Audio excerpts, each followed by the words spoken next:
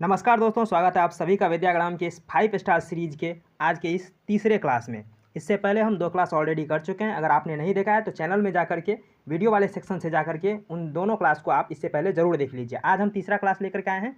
ये most important question है जो कि कम से कम 5 बार रिपीट हो चुका है, यानी 5 बार से अधिक बार जो क्वेश्चन रिपीट हो चुका है हम उसे लेकर के आए हैं। मात्र 5 मिनट में हम कोशिश करेंगे वो मोस्ट इंपॉर्टेंट 5 क्वेश्चन को याद करने का। तो चलिए हम शुरू करते हैं आज के क्वेश्चन।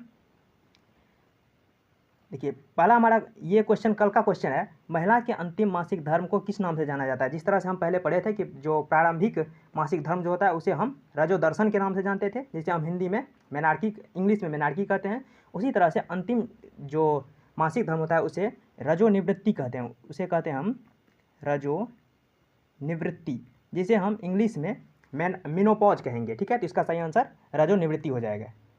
चलिए, आज का पहला क्वेश्चन कह रहा है, मानव के पाचन तंत्र में कौन सी क्रिया गंदगी पर साबुन की पाइसीकरण की क्रिया के समान होती है। जिस तरह से साबुन जो है वो गंदगी को छोटे छोटे कणों में तोड़ करके उसे पानी के माध्यम से बहा करके बाहर निकल देता है, उसी तरह से हमारे पाचन तंत्र में कौन ऐसा यानी कि अंग है जो कि इस तरह के काम करता है। तो ये हो जाएगा पित्त लवणों के द्वारा बड़ी वसा गोलिकाओं को छोटी गोलिकाओं में तोड़ना, यानी कि पित्ताशय के द्वारा जो पित्त निकलता है उससे जो है बड़ी जो वसा का जो, यानी हम जिस रूप में जैसे तेल, घी या दूध के रूप में हम वसा को खाते हैं तो उसको छोटे छोटे वसा में तोड़ना इसका काम होता है। तो इसका सही आंसर ऑप्शन नहीं, इसका सही आंसर हो जाएगा पित्त लवणों। और ये मोस्ट इंपॉर्टेंट है, 6 बार से ज़्यादा रिपीट हो चुका है, इसको याद रखने की बहुत ही नितांत आवश्यक है। चलिए, नेक्स्ट क्वेश्चन कह रहा है, ये क्वेश्चन कह रहा है आपको कि मलेरिया रोधी दवा क्विनीन किस पौधे से प्राप्त होते हैं। ये मोस्ट इंपॉर्टेंट क्वेश्चन है, किसी भी एग्जाम में आपको देखने को मिल जाएगा, यानी कि ये 8 बार से ज़्यादा रेलवे में एग्जाम में पूछा जा चुका है। तो इसका सही आंसर कुनैन हो जाएगा, जिसे हम इंग्लिश में सिनकोना का वृक्ष कहते हैं। ठीक है, तो मलेरिया रोधी दवा जो बनती है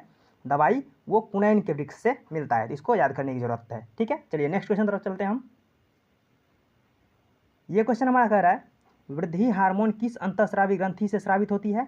मोस्ट इंपॉर्टेंट क्वेश्चन है, इसको याद रखने की जरूरत है। यह है पीयूष ग्रंथि। ये इसलिए इंपॉर्टेंट हो जाता है क्योंकि पीयूष ग्रंथि को हम मास्टर ग्लैंड के नाम से भी जानते हैं, यानी मास्टर ग्रंथि के नाम से भी जानते हैं, इसलिए इसे याद करने की आवश्यकता है। यानी कि वृद्धि हार्मोन पीयूष ग्रंथि से निकलता है। ठीक है, चलिए नेक्स्ट क्वेश्चन तरफ चलते हैं। ये क्वेश्चन हमारा कह रहा है, जीव के वैज्ञानिक नामकरण या नामकरण की प्रणाली की खोज किसने की, जिसे हम आज यूज करते हैं। यानी कि जो जिस तरह से आपने वैज्ञानिक नाम सुना होगा, जैसे कि आपने आम का वैज्ञानिक नाम मेंजीफेरा इंडिका सुना होगा, जिस तरह से गाय का डोमेस्टिका, इस तरह से नाम ने सुना होगा आपने। तो ये जो है नामकरण प्रणाली या फिर नाम किसने दिया, तो ये कैरोलस लीनियस नामक वैज्ञानिक ने इसकी खोज की थी। तो इसका सही आंसर हो जाएगा कैरोलस लीनियस। इन्होंने नामकरण और नामकरण की प्रणाली की खोज किया था। ठीक है, चलिए नेक्स्ट क्वेश्चन तरफ चलते हैं। ये क्वेश्चन कर रहा है, कोशिका के पावर हाउस के नाम से हम किसे जानते हैं। सबसे इंपॉर्टेंट क्वेश्चन है ये। देखिए, 9 बार से ज़्यादा रिपीट हो चुका है सिर्फ और सिर्फ रेलवे एग्जाम में। बाकी अन्य एग्जामों की तुलना अगर करें इसे तो लगभग ये 20 से 25 बार पूछा जा चुका है, क्योंकि ये सबसे मोस्ट इंपॉर्टेंट क्वेश्चन है और किसी न किसी सेट में आपको मिल जाएगा। यानी कि कोशिका के पावर हाउस किसे कहते हैं, ये हो जाएगा आपका माइटोकॉन्ड्रिया, जिसे हम हिंदी में सूत्र कणिका कहते हैं। कहीं कहीं अगर आपको हिंदी में मिल जाएगा तो आप कन्फ्यूज आपको नहीं होना है, यानी माइटोकॉन्ड्रिया को ही हिंदी में हम सूत्र कणिका कहते हैं। इसलिए इसे याद करने की आवश्यकता है कि power house of cell that is mitochondria, जिसे हम हिंदी में सूत्र कणिका कहते हैं। यानी कि यही जो है एटीपी के फॉर्म में जिसका फुल फॉर्म होता है एडिनोसाइन ट्राइफॉस्फेट, इसके फॉर्म में ऊर्जा का निर्माण करता है। यानी कि ग्लूकोज को ऑक्सीजन की मदद से तोड़ करके एटीपी बनता है और वही हमारे कोशिका का काम आता है। तो ये आज का कुछ इंपॉर्टेंट क्वेश्चन था जिसे आपने देख लिया। मिलते हैं नेक्स्ट वीडियो में, तब तक के लिए धन्यवाद। जय हिंद।